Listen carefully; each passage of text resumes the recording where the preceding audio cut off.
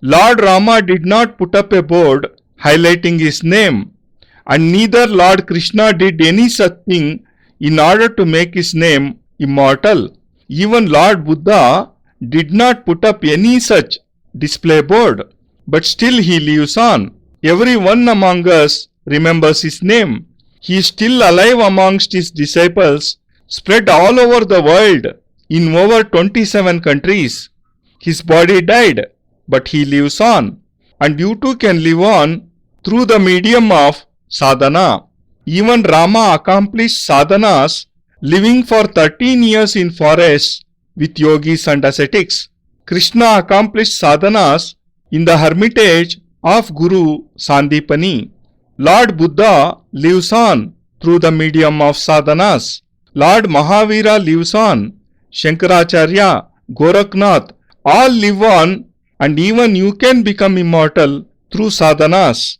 But sadhana cannot be learnt by going to a temple. One should go to a temple. I do not ask you to stop visiting a temple. One should give away charity. One should help the poor.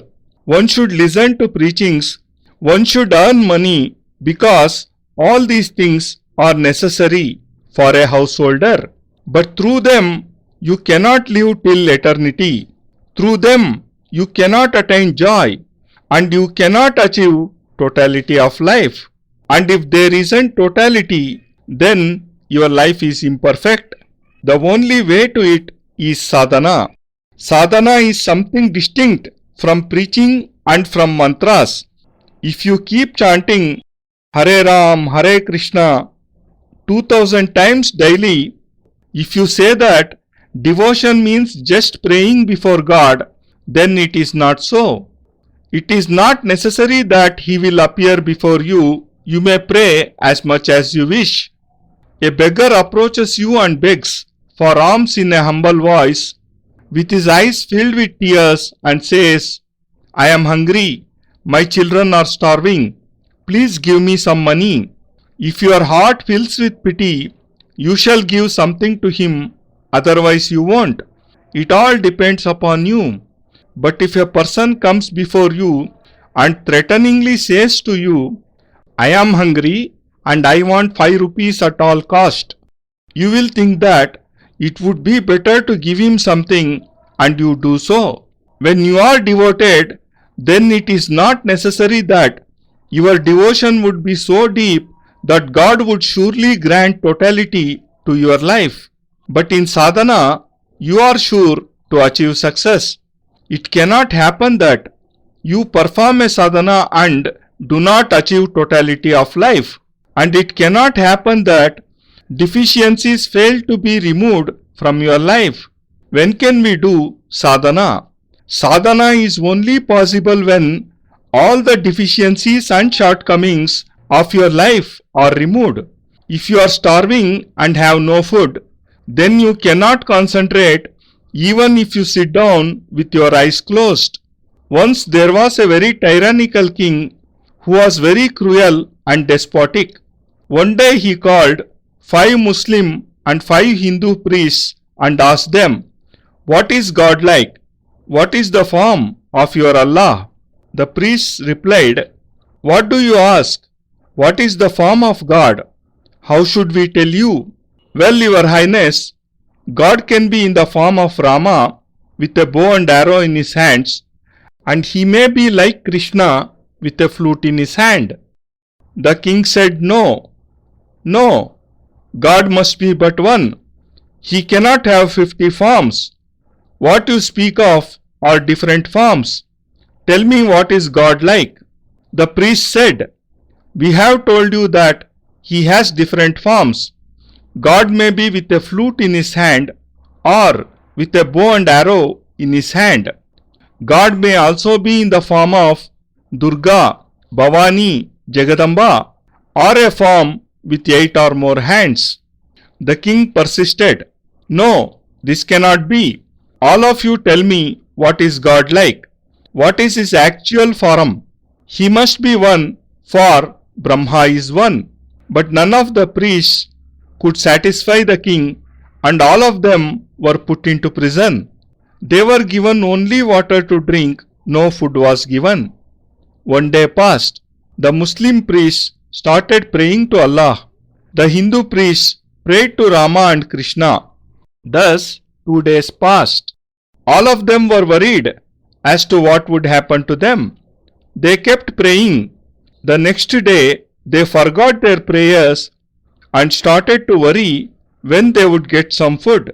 What was their fault, they thought. One more day passed and they started shouting for food. All of them forgot their gods and only cried out for food. They stopped praying. On the 5th day, all of them lay on the floor due to weakness. Whenever they closed their eyes, all they saw was round loaves of bread. The king had them brought before him and asked again, "What is God like?" All of them answered in unison, "God is round, like a loaf of bread. And if all of you are starving and I teach you sadhana, then all that shall appear before your eyes will be food. Hence, first it is necessary to remove all shortcomings in your life through sadhana, and we shall achieve totality only when all the scarcity in one's lives is removed.